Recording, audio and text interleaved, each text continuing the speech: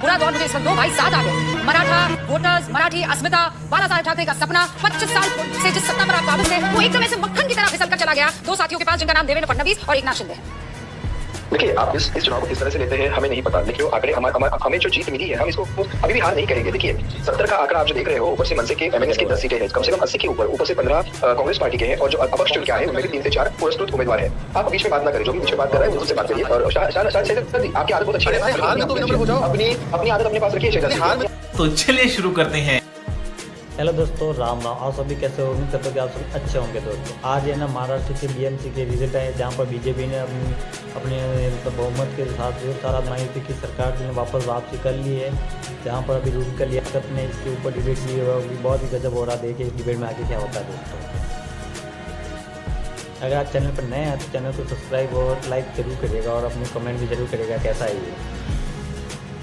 राजनीति एक समुद्र की तरह है, उसके खेल में कोई गोता लगाता है, कोई तैर जाता है, लेकिन लहरें बदलती रहती है, लहरें बदलती रहती है। नहीं लहरें बदलती रहती है। आज सत्ता किसी की है, कल सत्ता किसी की अरिस्टोटल बाद में बनिएगा। अब आप मुझे पहले ये बताइए कि क्या कहा है अखिलेश जी ने, शब्दशः बताइए अखिलेश जी ने क्या कहा है एक चुनाव में जीत के बाद। देखिए, जैसे ही मैं आपके स्टूडियो में घुसा वैसे ही खबर चली। क्या?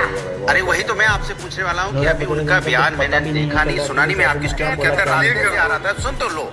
और उनका बयान, उसमें माथा पकड़ने की जरूरत नहीं है। अभी मैं सीधा आपके अंदर आया, आपके स्टूडियो के अंदर, और मुझे अभी वही उनका मैं खोजने जा रहा था कि उन्होंने अभी क्या इस पे अपना रिएक्शन दिया है। उस रिएक्शन को जैसे ही मैं घुसा बोले उनका रिएक्शन आया है। मैंने कहा कि राष्ट्रीय अध्यक्ष जी, जब हमारे समाजवादी पार्टी के राष्ट्रीय अध्यक्ष जी जब कुछ बोलते हैं तो हम लोग पूरी तरह से उसको समझने की कोशिश करते हैं, क्योंकि मैं जितना जानता हूँ उन्होंने बोला कि भारतीय जनता पार्टी पेशेवर की तरह एक साथ मिलकर चुनाव लड़ती है। मत पढ़िए भाई, अखिलेश जी का बयान सुनाइए। अनुराग जी बिजी थे, नहीं सुन पाए अखिलेश जी का बयान, सुनाइए जल्दी से। वो पॉलिटिकल पार्टी नहीं है, वो पॉलिटिकली प्रोफेशनली रन करते हैं अपने आप को। तो ये नए तरह की चीज है, प्रोफेशनल पॉलिटिक्स करती है बीजेपी। बीजेपी प्रोफेशनल गिनती करके डेटा पे एक बिंदी बैठा करके तब फैसला लेते हैं। इसलिए जिसको हराना है बीजेपी को, उसको उसी तरीके से तैयारी करनी पड़ेगी। सुन लिया बात? अब देखो, उन्होंने बहुत सीधी बात और सच्ची बात सुन लीजिए मेरी बात। बहुत हाथ पैर दबाने की जरूरत नहीं है प्रभु, मैं बोल रहा हूँ। आप हाथ नहीं ये हाथ दबा रहे थे, मैं हाथ नहीं भी दबाएंगे तो मैं अपनी बात कहूंगा। लेकिन सवाल ये, उन्होंने साफ और सीधी बात कही कि भारतीय जनता पार्टी प्रोफेशनली, और वो अपने हिसाब से राजनीति में, वो उनके साथ इमोशंस की कोई जगह नहीं है, वहाँ पे भावना की कोई जगह नहीं है, वहाँ पे सेवा की कोई जगह नहीं है। प्रोफेशनली अपनी पार्टी चलाती है कि हमें सत्ता पानी है, चाहे कोई भी कीमत हो, किसी तरह से भी हो, हम कैसे अपना सिस्टम। उन्होंने साफ है ना, बिल्कुल नहीं साफ है। उन्होंने साफ बोला प्रोफेशनली ना। उन्होंने वोट चोरी का जिक्र किया। अरे वोट चोरी तो आप इतने दिन से कर रहे हो, कितनी बार जिक्र करें। मैं ऐसे यार में हम 50 बार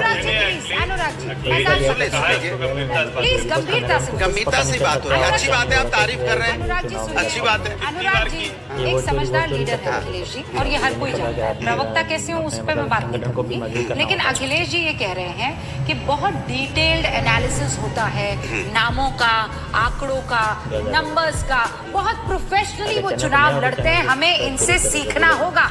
नहीं सीखे तो मुश्किल हो जाए। बोला है कि उनसे सीखना होगा कि किस तरह से वो चुनाव लड़ते हैं। मतलब उनका चुनाव लड़ने का जो तरीका है, वो हम लोग जो चुनाव लड़ इमोशन से, जनता की सेवा से वो चुनाव लड़ते हैं, आंकड़ों से। हमें सत्ता बनानी, कैसे बनानी, किस तरह से बनानी, सत्ता पानी है। उनके अंदर भावनाओं की कोई जगह नहीं। वही कहना चाहिए, उन्हीं से सीखना पड़ेगा, क्योंकि उसी तरह की राजनीति अगर हम लोग करेंगे तभी हम सत्ता से भारतीय जनता पार्टी को हटा पाएंगे। जनता पार्टी का रास्ता क्या आप जानते ही हो कि 2 महीने पहले SIR कर देते हैं, कैसे वो नोटबंदी कर देते हैं।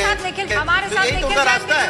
और हर्षवर्धन जी भी यहाँ पर, और लोरे साहब भी हमारे साथ यहाँ पर जुड़ चुके हैं। लेकिन पहले हर्षवर्धन जी, आपने अखिलेश जी को सुन लिया और अभी यहाँ पर भी चुनाव होने वाले हैं। जिस तरीके से भारतीय जनता पार्टी इन लोकल बॉडीज के चुनावों में बिहेव कर रही है, ठीक वैसा ही वो विधानसभा हो जाए या फिर लोकसभा हो जाए। प्रोफेशनलिज्म तो है, ये तो मानना पड़ेगा। नहीं माने, वोट चोरी करते रहे, लिस्ट से नाम ले रहे, तो ये जीतते चले जाएंगे और ये सिर्फ और सिर्फ एक्सक्यूजेस बनाते चले जाएंगे।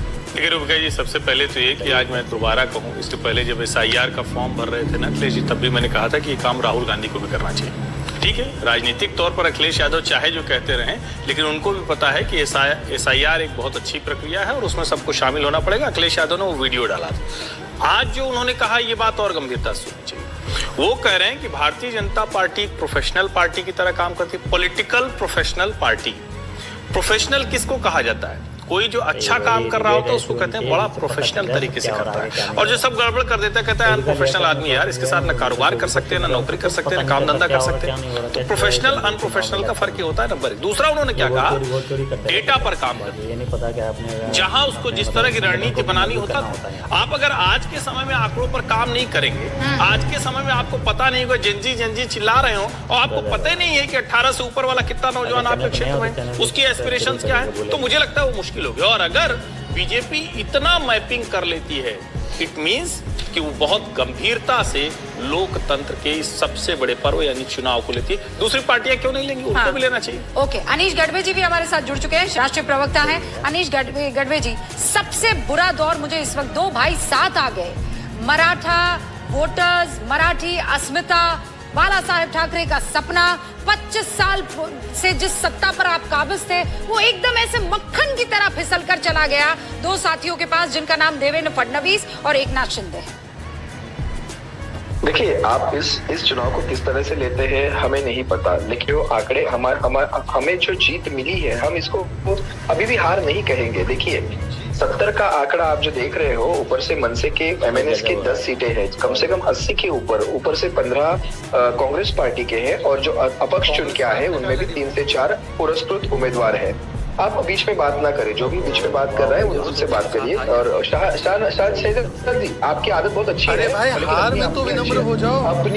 अपनी आदत अपने पास रखिए शहजाद जी। हार में तो विनम्र हो जाओ। रखिए, हार में तो अरे शहजाद भाई, आपसे विनम्रता सीखने की जरूरत नहीं है। हम शिवसेना वाले, नहीं, आपकी यही दुर्दशा इसीलिए हुई है। अरे छोड़िए, अरे छोड़िए, आप इन सब में मत आइए। राहुल से भी ज्यादा दिलुलू में है। अरे छोड़िए, कांग्रेस का आंकड़ा कैसे जुड़ गया? कांग्रेस के खिलाफ लड़े आप। MIM के खिलाफ लड़ने वाले, अरे MIM के खिलाफ लड़ने वाले। और सुनिए, आप बोलते हैं कि भाई एक तरफ तो कि भाई वोट चोरी हो गया, दूसरी तरफ बोले हम जीत रहे हैं।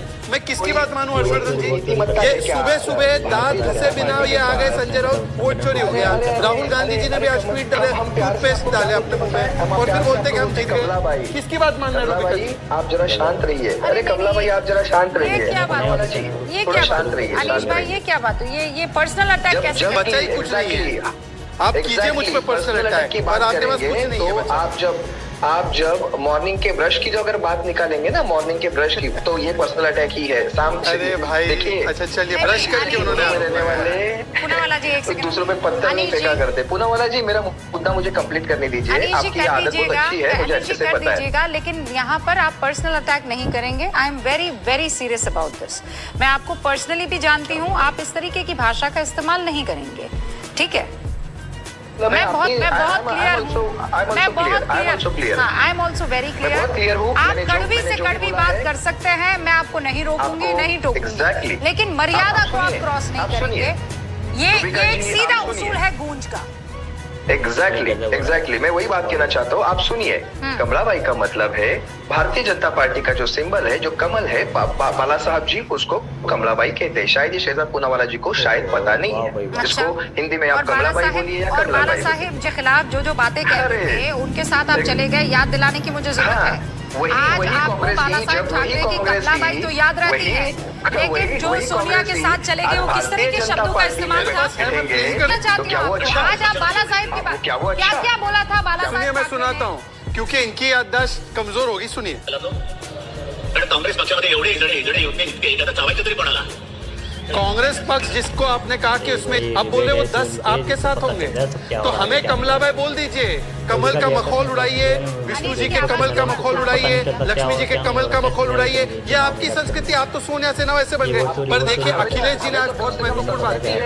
एक वाक्य सिर्फ कहना चाहूंगा अखिलेश जी पर, उन्होंने राहुल गांधी के वोट चोरी के आरोपों को पूरी तरह खारिज कर दिया है, और उस पर इनके पास जवाब नहीं है। अच्छा, मैं लौट के मुद्दे पर आती हूँ, बात खत्म।